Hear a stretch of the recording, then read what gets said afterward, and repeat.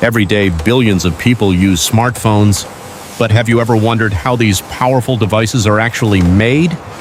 The journey begins with raw materials, silicon, copper, and aluminum, extracted from deep within the earth. These materials are transformed into advanced microchips inside ultra-clean factories, where even a tiny particle of dust can destroy an entire chip.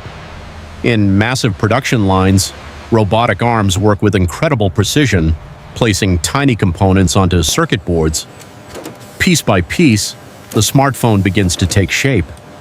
The display, battery, and outer body are carefully assembled, turning separate parts into a complete device. Next, the phone is powered on, and software is installed, bringing it to life. Before reaching your hands, every device goes through strict testing, from performance checks to durability tests. Finally, the smartphones are packaged and shipped across the globe. What seems like a simple device is actually the result of cutting-edge technology and global innovation at an incredible scale.